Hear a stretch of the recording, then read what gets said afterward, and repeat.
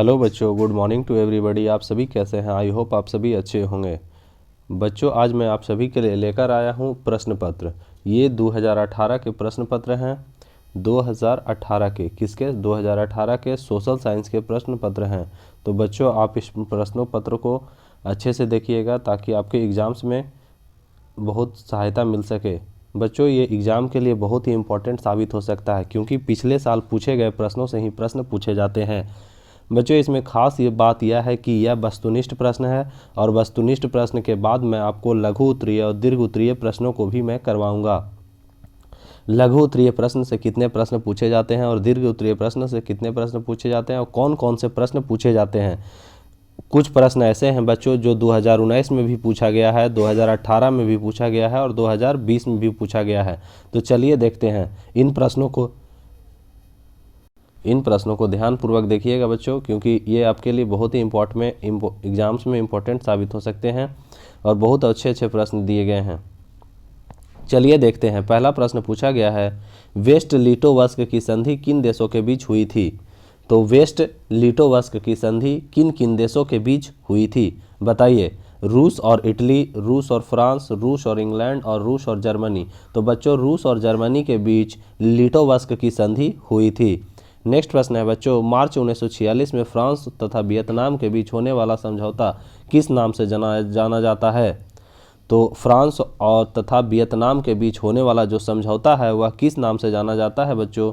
तो वह कौन से समझौता के नाम से जाना जाता है? बताइए। तिनसिन समझौता, कैंटन समझौता, होची मिन समझौता। तो हनोई समझौता के नाम से शायद जाना जाता है बच्चों। इसका उत्तर आप हमें कमेंट बॉक्स में भी बताइए, आपके सवाल के जवाब। ठीक है, आइए नेक्स्ट प्रश्न है बच्चों, पूर्ण स्वराज की मांग का प्रस्ताव कांग्रेस के किस वार्षिक अधिवेशन में पारित हुआ? तो बच्चों, पूर्ण स्वराज की मांग जो है वह कांग्रेस के कौन से अधिवेशन में प्राप्त हुआ? तो 1929 के लाहौर अधिवेशन में। कौन से? 1929 के लाहौर अधिवेशन में पारित हुआ था। नेक्स्ट प्रश्न है बच्चों, वल्लभ भाई पटेल को सरदार की उपाधि किस किसान आंदोलन के दौरान दी गई? तो वल्लभ भाई पटेल को सरदार की उपाधि जो है वह बारदोली, अहमदाबाद, खेड़ा या चंपारण। तो बारदोली सत्याग्रह। कौन सा? बारदोली किसान आंदोलन जो था उसके दौरान दी गई थी। किसमें बच्चों? बारदोली किसान आंदोलन के दौरान दी गई थी। आइए नेक्स्ट प्रश्न देखते हैं। अगला प्रश्न है, भारत के लिए पहला फैक्ट्री एक्ट कब पारित हुआ? बच्चों बताइए, भारत के लिए पहला फैक्ट्री एक्ट कब पारित हुआ? 1838 में, 1858 में, 1881 या 1911 ईस्वी में? तो 1881 ईस्वी में हुआ था। कब हुआ था बच्चों? पहला फैक्ट्री एक्ट पारित 1881 ईस्वी में हुआ था। नेक्स्ट प्रश्न है बच्चों, पूंजीपति वर्ग के द्वारा किस वर्ग का शोषण हुआ? पूंजीपति वर्ग के द्वारा किस वर्ग का शोषण हुआ? तो यह बच्चों बताइए, पूंजीपति वर्गों के द्वारा माने पूंजीपतीय लोगों के द्वारा किसका शोषण हुआ था? तो श्रमिक वर्ग के लोग को, मध्यम वर्ग के, कृषक वर्ग या सभी वर्ग? तो बच्चों, श्रमिक वर्गों के लोगों को अधिक शोषण हुआ था। नेक्स्ट प्रश्न है बच्चों 7 नंबर, आधुनिक युग में अर्थव्यवस्था के क्षेत्र में होने वाले सबसे बड़ी क्रांति कौन सी थी?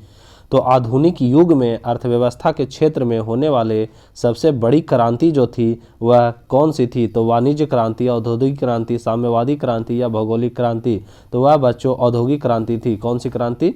औद्योगिक क्षेत्र में क्रांति थी। नेक्स्ट प्रश्न है बच्चों, भूमंडलीय की शुरुआत किस दशक में हुई? तो भूमंडलीय की शुरुआत कौन से दशक में हुई? बताइए। 1990 के दशक में। कब बच्चों? 1990 के दशक में हुआ था। नेक्स्ट प्रश्न है बच्चों, गुटेनबर्ग में सर्वप्रथम किस पुस्तक की छपाई की? तो गुटेनबर्ग ने सर्वप्रथम किस पुस्तक की छपाई की थी? तो बताइए कौन सी पुस्तक थी जिसकी छपाई की थी? कुरान की, गीता की, हरिदास की और नेक्स्ट है बाइबिल की। तो इसने बाइबिल की छपाई की थी। किसकी? गुटेनबर्ग ने बाइबिल पुस्तक की छपाई की थी। नेक्स्ट प्रश्न है बच्चों, विश्व में सर्वप्रथम मुद्रण की शुरुआत कहाँ हुई? तो बताइए, विश्व में सर्वप्रथम मुद्रा की शुरुआत कहाँ हुई थी? भारत में, जापान में, चीन में या अमेरिका में? तो चीन में। कहाँ बच्चों? चीन में। नेक्स्ट प्रश्न है, मेढक के प्रजनन प्रक्रिया को बाधित करने वाला रसायन कौन सा है? तो मेढक के प्रजनन प्रक्रिया को बाधित करने वाला रसायन कौन सा है? तो बेंजीन, यूरिया, एंड्रीन, फास्फोरस। तो वह बेंजीन है। कौन सा बच्चों? बेंजीन। नेक्स्ट प्रश्न है, बिहार में अति जल दोहन से भूमिगत जल में किस तत्व का संकेंद्रण बढ़ा है? तो बिहार में अति जल दोहन से भूमिगत जल में किस तत्व का संकेंद्रण बढ़ा है? तो यह बढ़ा है फ्लोराइड का, क्लोराइड का, आर्सेनिक का या लौह का? तो क्लोराइड का। किसका बच्चों? क्लोराइड का तत्व का संकेंद्रण बहुत बढ़ गया है। नेक्स्ट प्रश्न देखते हैं। अगला प्रश्न है, संविधान की धारा 21 का संबंध किससे है? तो बताइए बच्चों, संविधान की धारा 21 का संबंध किस से है? वन जीवों तथा प्राकृतिक संसाधनों के संरक्षण से, मृदा संरक्षण से, जल संसाधन संरक्षण से या खनिज संपदा संरक्षण से? तो ऑप्शन नंबर ए, वन जीवों तथा प्राकृतिक संसाधनों के संरक्षण से है। नेक्स्ट प्रश्न है बच्चों, बिहार में कितने प्रतिशत भौगोलिक क्षेत्र में वन का फैलाव है? तो बिहार में 15%, कितना? 15% में वन का फैलाव है। नेक्स्ट प्रश्न है, एल्यूमिनियम बनाने के लिए किस खनिज की आवश्यकता पड़ती है? तो बताइए बच्चों, एल्यूमिनियम बनाने के लिए मैग्नीज, टीन, लोहा या बॉक्साइट? तो एल्यूमिनियम बनाने के लिए बॉक्साइट की आवश्यकता पड़ती है। नेक्स्ट प्रश्न है बच्चों, भारत में किस राज्य में सौर ऊर्जा के विकास की सर्वाधिक संभावनाएं हैं? तो सौर ऊर्जा के विकास की सर्वाधिक संभावनाएं किस राज्य में है? तो यह राजस्थान में है। कहाँ बच्चों? राजस्थान के रेगिस्तानों में। नेक्स्ट प्रश्न है, कौन छोटे पैमाने का उद्योग है? तो चीनी उद्योग, कागज उद्योग, खिलौना उद्योग या विद्युत उपकरण उद्योग? तो खिलौना उद्योग बच्चों छोटे पैमाने का उद्योग है। नेक्स्ट प्रश्न देखते हैं। अगला प्रश्न है, देश में कितने विशेष आर्थिक क्षेत्र विकसित हैं? तो देश में कितने विशेष आर्थिक क्षेत्र जो हैं वह मौजूद हैं? तो बताइए, 10, 7, 15 या 5? तो 10 आर्थिक क्षेत्र विकसित मौजूद हैं। नेक्स्ट प्रश्न है बच्चों, बिहार की सीमा में रेल मार्ग की कुल लंबाई कितनी है? तो बिहार की सीमा में रेल मार्ग की कुल लंबाई कितनी है? तो 6283 या 5283 किलोमीटर या 7283 किलोमीटर या 8500 किलोमीटर? तो 6283 किलोमीटर रेल मार्ग की कुल लंबाई है बिहार में। ठीक है बच्चों, आइए नेक्स्ट प्रश्न देखते हैं। अगला प्रश्न है बच्चों, तल चिन्ह की सहायता से किसी स्थान विशेष की मापी गई ऊंचाई को क्या कहा जाता है? तो विशेष ऊंचाई कहा जाता है। क्या बच्चों? विशेष ऊंचाई कहा जाता है। नेक्स्ट प्रश्न है, जब हम लैंगिक विभाजन की बात करते हैं तो हमारा अभिप्राय क्या होता है? जब हम लैंगिक विभाजन की बात करते हैं तो हमारा अभिप्राय क्या होता है? तो बताइए, स्त्री और पुरुष के बीच जैविक अंतर, समाज द्वारा स्त्रियों और पुरुषों को दी गई असमान भूमिकाएं? ऑप्शन नंबर बी सही जवाब। नेक्स्ट प्रश्न देखते हैं। अगला प्रश्न है बच्चों, भारतीय संविधान के बारे में इनमें से कौन सा कथन सही है? तो बताइए, भारतीय संविधान के बारे में, यह धर्म के आधार पर भेदभाव की मनाही करता है, यह एक धर्म को राजकीय धर्म बनाता है, लोगों को कोई भी धर्म मानने की आज़ादी नहीं है, महिलाओं को मतदान के लिए अधिकार का अभाव। नहीं बच्चों, भारतीय संविधान के बारे में जो सही कथन है, यह धर्म के आधार पर भेदभाव को मनाही करता है। ऑप्शन नंबर ए सही जवाब। आइए नेक्स्ट प्रश्न देखते हैं। अगला प्रश्न है, सत्ता में साझेदारी है सही है क्योंकि? सत्ता में साझेदारी सही है क्योंकि बताइए, यह विविधता को अपने में समेट लेती है, देश की एकता को कमजोर करती है, फैसले लेने में देरी करती है, विभिन्न समुदायों के बीच टकराव कम करती है। तो इसका ऑप्शन नंबर बी सही होगा, यह देश की एकता को कमजोर करती है। सत्ता में साझेदारी सही है क्योंकि देश की एकता को कमजोर करती है। नेक्स्ट प्रश्न है बच्चों, वर्ष 1975 भारतीय राजनीति में किस लिए जाना जाता है? तो वर्ष 1975 भारतीय राजनीति में किस लिए जाना जाता है? तो देश में आपातकाल लागू हुआ था 1975 ईस्वी में। इस वर्ष आम चुनाव हुए थे? नहीं। श्रीमती इंदिरा गांधी प्रधानमंत्री बनी थी? नहीं। जनता पार्टी की सरकार बनी थी? नहीं। नेक्स्ट प्रश्न है बच्चों, बिहार में संपूर्ण क्रांति का नेतृत्व निम्नलिखित में से किसने किया? मोरारजी देसाई ने, नीतीश कुमार ने, इंदिरा गांधी ने, जयप्रकाश नारायण ने? तो बच्चों जयप्रकाश नारायण जी ने। नेक्स्ट प्रश्न है, नर्मदा घाटी परियोजना किन राज्यों से संबंधित है? तो ऑप्शन नंबर 26, नर्मदा घाटी परियोजना किन राज्यों से संबंधित है? बताइए। तो यह बच्चों गुजरात, महाराष्ट्र और मध्य प्रदेश से संबंधित है।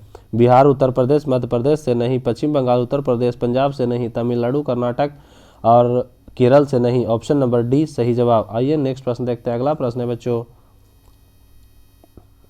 निम्नलिखित में से किसे लोकतंत्र का प्राण कहा जाता है? तो सरकार को, न्यायपालिका को, संविधान को या राजनीतिक दल को? तो किसे? तो राजनीतिक दल को। राजनीतिक दल को लोकतंत्र का प्राण कहा जाता है।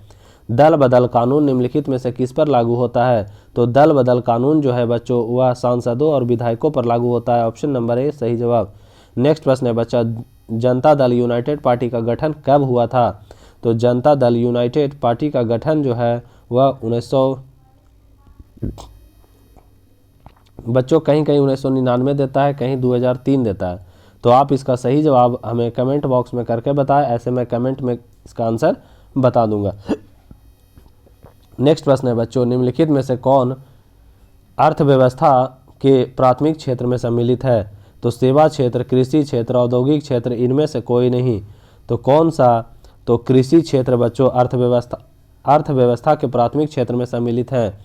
जिस देश की प्रति व्यक्ति आय अधिक होती है वह देश कहलाता है। तो वह देश क्या कहलाता है? अविकसित, विकसित या अर्धविकसित? तो बताइए बच्चों वह देश कौन सा कहलाता है? तो जिस देश की प्रति व्यक्ति आय अधिक होती है वह देश विकसित देश कहलाता है। नेक्स्ट प्रश्न है, बिहार के किस जिले की प्रति व्यक्ति आय सर्वाधिक है बच्चों? तो बिहार के किस जिले की प्रति व्यक्ति आय सर्वाधिक है? तो पटना जिले की प्रति व्यक्ति आय सर्वाधिक है। नेक्स्ट प्रश्न है, भारत का केंद्रीय बैंक कौन सा है? तो बताइए बच्चों भारत का केंद्रीय बैंक कौन सा है? Reserve bank of India, RBI. आइए नेक्स्ट प्रश्न देखते हैं। अगला प्रश्न है बच्चों, व्यावसायिक बैंकों का सर्वप्रथम राष्ट्रीयकरण कब किया गया? तो व्यावसायिक बैंकों का सर्वप्रथम राष्ट्रीयकरण 1969 में किया गया। नेक्स्ट प्रश्न है, ऊर्जा के मुख्य स्रोत क्या हैं? तो कोयला, पेट्रोलियम, विद्युत या इनमें से सही सभी? तो ऊर्जा का मुख्य स्रोत जो है बच्चों वह सभी हैं। कोयला से भी ऊर्जा प्राप्त होती है, पेट्रोलियम से भी, विद्युत से भी। आइए नेक्स्ट प्रश्न देखते हैं। अगला प्रश्न है बच्चों, इनमें कौन सी बहुराष्ट्रीय कंपनी है? तो फोर्ड मोटर्स, सैमसंग या कोका कोला? तो इनमें सभी बहुराष्ट्रीय कंपनियां हैं। नेक्स्ट प्रश्न है बच्चों, उपभोक्ता अधिकार दिवस कब मनाया जाता है? तो उपभोक्ता अधिकार दिवस जो है वह 22 अप्रैल को मनाया जाता है। कब मनाया जाता है बच्चों? 22 अप्रैल को। आइए नेक्स्ट प्रश्न देखते हैं। अगला प्रश्न है, यदि किसी वस्तु का सेवा का मूल्य 20 लाख से अधिक तथा 1 करोड़ से कम है तो उपभोक्ता कहाँ शिकायत कर सकता है? जिला फोरम में, राष्ट्रीय फोरम में, राज्य आयोग में या इनमें से कहीं नहीं? तो यह बच्चों राज्य आयोग में शिकायत कर सकता है। सुनामी का प्रमुख कारण क्या है? समुद्र में भूकंप आना, द्वीप पर भूकंप आना, स्थलीय क्षेत्र पर भूकंप आना, इनमें से कोई नहीं। तो सुनामी का मुख्य कारण है बच्चों समुद्र में भूकंप आना।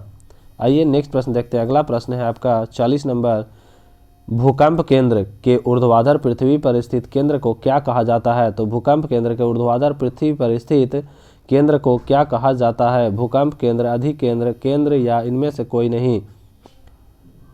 तो ऊर्ध्वाधर पृथ्वी पर स्थित केंद्र को क्या कहा जाता है? तो यहाँ ऑप्शन नहीं दिया गया है बच्चों। उसको जब भूकंप होता है तो उसके ऊपर व ऊपरी क्षेत्र को क्या कहा जाता है? ठीक है, तो इनमें से कोई नहीं ऑप्शन होगा। इसका जवाब आप हमें कमेंट बॉक्स में बताएं। चलिए अब देखते हैं बच्चों लघु उत्तरीय या दीर्घ उत्तरीय प्रश्न। तो लघु उत्तरीय प्रश्न 1 से 5 तक लघु उत्तरीय प्रश्न पूछे गए हैं, जिनमें 3 प्रश्नों का उत्तर आपको देना है। तो कौन कौन से प्रश्न पूछे गए हैं और कौन कौन से प्रश्न रिपीट हो रहे हैं वो भी मैं बताऊंगा। तो चलिए देखते हैं। पहला प्रश्न पूछा गया बच्चों, असहयोग आंदोलन जन आंदोलन था कैसे? पहला प्रश्न है, असहयोग आंदोलन जन आंदोलन था कैसे? तो इस प्रश्न का उत्तर आप हमें कॉपी पे बना के और रिवीजन करके और याद कर लीजिए, क्योंकि ये प्रश्न 2017 में भी पूछा गया है, 2018 में भी पूछा गया है। नेक्स्ट प्रश्न है बच्चों, कोयला एवं लौह उद्योग ने औद्योगिकरण को गति प्रदान की कैसे? कोयला एवं लौह उद्योग ने औद्योगिकरण को गति प्रदान की कैसे? नेक्स्ट प्रश्न है बच्चों, शहरों ने किन नई समस्याओं को जन्म दिया? तो शहर बहुत सारे समस्या को जन्म देता है, तो उनके बारे में भी बताना है इस पे। नेक्स्ट प्रश्न है बच्चों, औद्योगिक क्रांति ने किस तरह विश्व बाजार के स्वरूप को विस्तृत किया? तो औद्योगिक क्रांति ने किस तरह विश्व बाजार के स्वरूप को विस्तृत किया था? नेक्स्ट प्रश्न पूछा गया था बच्चों, गुटेनबर्ग ने मुद्रण यंत्र का विकास कैसे किया? तो ये सारे प्रश्न बार बार भी पूछे जाते हैं बच्चों, रिपीट होते हैं, तो आप इन प्रश्नों को एक बार अच्छे से देख लीजिएगा और कॉपी में लिख के याद कर लीजिएगा। अगर आपको इसका आंसर चाहिए तो कमेंट बॉक्स में कमेंट करें, मैं इसका आंसर उपलब्ध करा दूंगा। नेक्स्ट प्रश्न है बच्चों, 6 दीर्घ उत्तरीय प्रश्न हैं जो जिनमें से एक विकल्प भी है, ठीक है। तो आइए देखते हैं। पहला प्रश्न पूछा गया है दीर्घ उत्तरीय प्रश्नों में बच्चों, भारतीय राष्ट्रीय आंदोलन में गांधी जी के योगदान की चर्चा करें। भारतीय राष्ट्रीय आंदोलन में गांधी जी के योगदान की विवेचना करें, अथवा 1929 के आर्थिक संकट के कारण एवं परिणाम को स्पष्ट करें। राजनीतिक में पूछा गया बच्चों, किन्हीं दो प्रावधानों का जिक्र करें जो भारत को धर्मनिरपेक्ष देश बनाता है। 7 नंबर प्रश्न क्या पूछा गया बच्चों, दो प्रावधानों का जिक्र करें जो भारत को धर्मनिरपेक्ष राज्य बनाता है। अगला प्रश्न है बच्चों, सत्ता की साझेदारी को अलग अलग तरीके क्या हैं। 8वां नंबर प्रश्न है बच्चों, सत्ता की साझेदारी के अलग अलग तरीके क्या हैं। नेक्स्ट प्रश्न है, शिक्षा का अभाव लोकतंत्र के लिए चुनौती है, स्पष्ट करें। ठीक है बच्चों, शिक्षा का अभाव लोकतंत्र के लिए चुनौती है, स्पष्ट करें। इन प्रश्नों को आप कॉपी पे बना के याद कर लीजिएगा, क्योंकि यही प्रश्न बार बार पूछे जाते हैं। आइए नेक्स्ट प्रश्न देखते हैं बच्चों, दीर्घ उत्तरीय में अर्थ ये है, राष्ट्रीय एवं राज्य स्तरीय राजनीतिक दलों की मान्यता कौन प्रदान करता है। तो राष्ट्रीय एवं राज्य स्तरीय दल जो पार्टी बनती है उसकी मान्यता कौन प्रदान करते हैं, इसके मापदंड क्या हैं। नेक्स्ट प्रश्न है बच्चों, न्यायपालिका की भूमिका लोकतंत्र की चुनौती है कैसे, इसे सुधारने के क्या उपाय हैं। आइए नेक्स्ट प्रश्न देखते हैं। अगला प्रश्न अर्थशास्त्र से पूछा गया है, इकोनॉमिक्स से लघु उत्तरीय में आर्थिक नियोजन क्या है, संक्षेप में व्याख्या करें। नेक्स्ट प्रश्न है, क्रेडिट कार्ड क्या है। अगला प्रश्न है, वैश्वीकरण से आप क्या समझते हैं। और दीर्घ उत्तरीय प्रश्न में पूछा गया बच्चों, गैर सरकारी संस्थाएं किस प्रकार सेवा क्षेत्र के विकास को सहयोग करती है, उदाहरण के साथ लिखें। नेक्स्ट अथवा में पूछा गया है, उपभोक्ता संरक्षण अधिनियम 1986 की मुख्य विशेषताओं का वर्णन करें। नेक्स्ट है बच्चों, भूगोल से ज्योग्राफी से लघु उत्तरीय प्रश्न, भारत के किन भागों में नदी डेल्टा का विकास हुआ है। चिपको आंदोलन का वर्णन करें। खनिजों के संरक्षण एवं प्रबंधन से आप क्या समझते हैं, सौर ऊर्जा का उत्पादन कैसे होता है।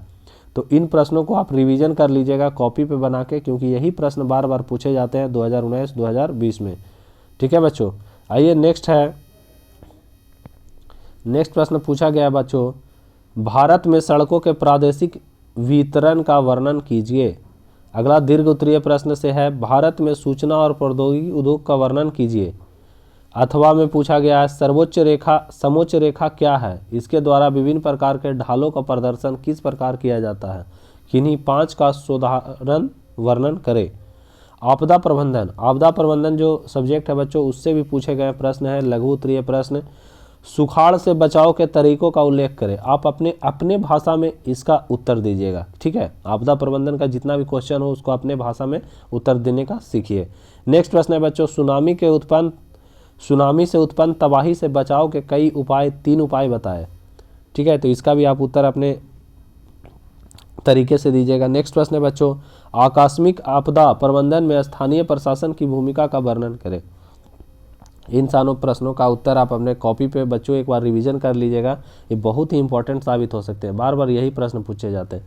बच्चों अगर आप मेरे चैनल पर नए आए हैं तो चैनल को सब्सक्राइब कर ले और बेल बटन भी दबा ले, ताकि आने वाला सारा वीडियो आप तभी तक पहुंच सके। ओके बाय, मिलते हैं फिर बच्चों।